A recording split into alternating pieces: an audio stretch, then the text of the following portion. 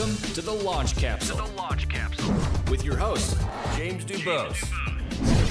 Buckle up because your launch capsule begins now. Liftoff. We have a liftoff. Hey there, Jim DuBos here, and thank you so much for joining me on this episode of the Launch Capsule. So today, we're going to focus on how money waterfalls through the transaction to get you to a cash at close number. Because many entrepreneurs don't really contemplate the end result of the transaction. And so I want to walk through a simple dynamic calculator that I built, and I'm happy to distribute. Just send me an email at entrepreneurship@dubos.me, and I'll send you a copy of this dynamic calculator just so you can start to get a feel for what is the net result of a potential transaction. So in this case, I'm going to use a hypothetical $10 million transaction value to help you understand how cash waterfalls through the process. So let's get started. So here we have the dynamic calculators on the screen, and I'm going to walk through, if you're listening on a podcast, I'm just going to walk through each one of the areas, so don't worry about not being able to see it right now. In this particular case, I have a gross sale price field, which has $10 million in it.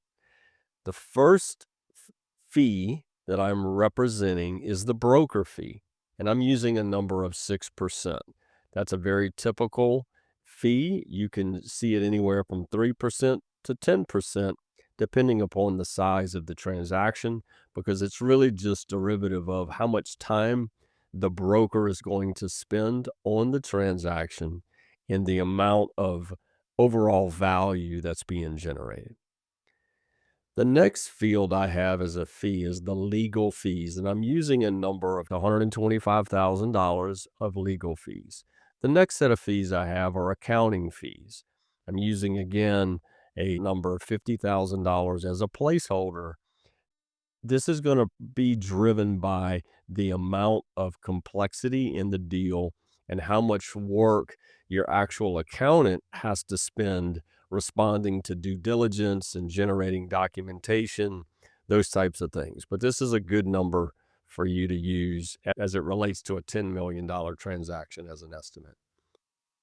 So now we're going to get into some areas that I think are common from an escrow and adjustment standpoint. The first I have represented here is a working capital adjustment. And what this really means is, let's say in your $10 million business, you've determined through the calculations that I need $650,000 of working capital in the business, which is typically about a 2-month cash flow turn. Well, in this particular case, I have an adjustment of $200,000. So what that means is you're leaving $450,000 in the bank and you need $650,000. So they're going to take $200,000 from the $10 million transaction and put that into the company so that it has an appropriate amount of working capital in the business. This may be zero, this could be higher, but you need to plan for working capital in the business. In my prior transaction, we actually were able to pull money out of the company because we were generating more cash flow in that period, during the transaction period, than was needed for the business to operate. And so we were actually able to do some distributions out of the business. So it's really going to be specific to your company in that given moment in time. The next adjustment I have is a rep and warranty insurance policy, and it's basically all of the fundamental reps and warranties that you've laid out in the actual definitive purchase agreement. This is an insurance policy so that if anything is found to be, I'll say, negative to the performance of the business and the buyer files a claim against reps and warranties, this insurance policy would pay against that particular claim. And so I put a number in here of $100,000, which is a pretty common number depending upon the size of the transaction. But based on $10 million, this is a pretty accurate number. Now I have the escrow for sales tax. So if you're a $10 million business, you're probably doing sales in multiple jurisdictions.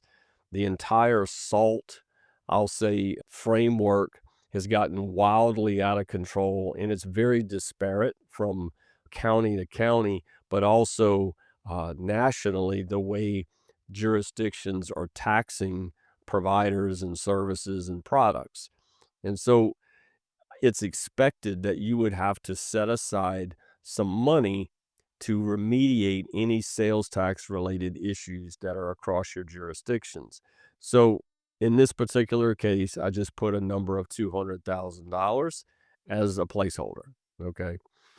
The next area is the broker fee itself, which is obviously based on that 6%, it'll be $600,000 for the fee to the broker for them to complete the transaction with you. So the net proceeds based upon those individual characteristics is 8.725 million net proceed. Now, I've got two more things here in the calculator. I have an earnout percentage, which I've set at 20%, or the amount of $2 million.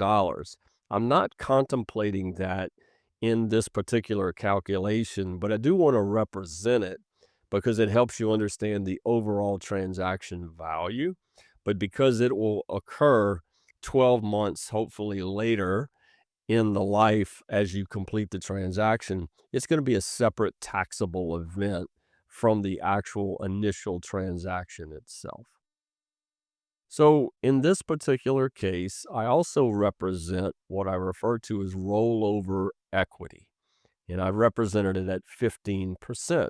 So that means that you're going to take 1.5 million of the $10 million, and it's going to be future equity in Newco. So your company's been acquired, it's been merged into an existing Newco entity, and you receive 15% of the transaction in equity shares in the new business. So that reduces the taxable amount from the 8,725, and now it's 7,225 as your taxable dollar amount. That's the actual cash value. And so the next portion of this calculator is really driven around the way the legal entity is taxed and how is the transaction itself going to drive the actual taxable results from this 7.225 million. Now, this is where your legal team and your M&A advisors will earn their keep, because depending upon if it's an asset treated as an asset sale transaction or a stock sale transaction is going to drive a big portion of the taxable event. In this particular case, I'm using an asset allocation of 100% just for simplicity. It might be less than that. It could be all stock.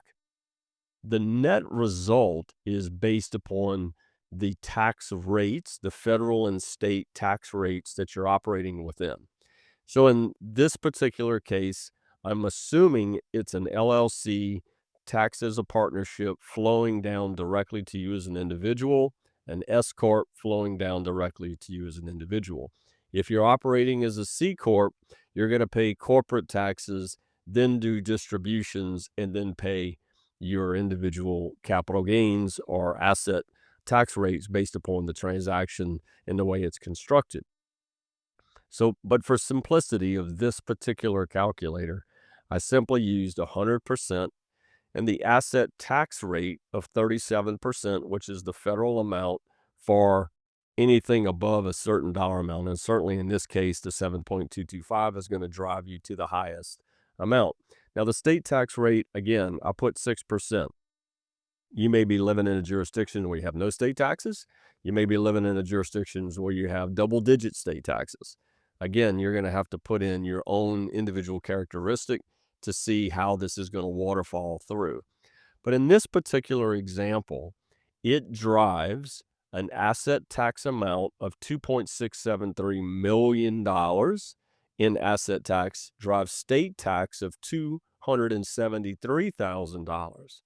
So your net proceeds from a $10 million transaction, the net cash at close is $4.278 million. Now, again, you've got lots of variables in here like we've talked about, but this starts to give you a sense of how this is going to waterfall through the individual areas. Now, one thing I'd like to do just to show you the impact, if you will, of the stock versus asset, by moving the allocation of the sale to 100% stock, which would then cause a capital gains tax treatment, which is radically less, particularly if you've held the company for more than 2 years. You're going to be driven around a 15 to 20% tax basis, just depending upon the construction of the deal. You go from a 42% or $4.2 million cash at close to a $6.7 million cash at close, or 67, almost 68% cash at close. So a huge impact, huge impact on the way taxes impact the overall transaction in the waterfall method. It's the number one driver of cost or expense in the way cash flows out and ultimately lands in your bank account. So this is at a very high level, some things to contemplate. Obviously, each business is nuanced, has its own characteristics. And what I would encourage you to do as you're working through this process is work through with your financial advisor and get your simple calculator down so you can understand, is the way cash going to waterfall out to me and to the partnership, if there's more than one, is this going to meet the individual transaction goal that I had in initially planning for an exit of my business? So look, thanks again for spending the time to listen to this episode of the Launch Capsule. My goal here is to help you as an entrepreneur think about how the transaction financials waterfall down and ultimately will impact me and the other owners within the business. I hope you found this valuable. If you have, please share it with your friends, and I look forward to continuing this journey with you. Have an awesome day.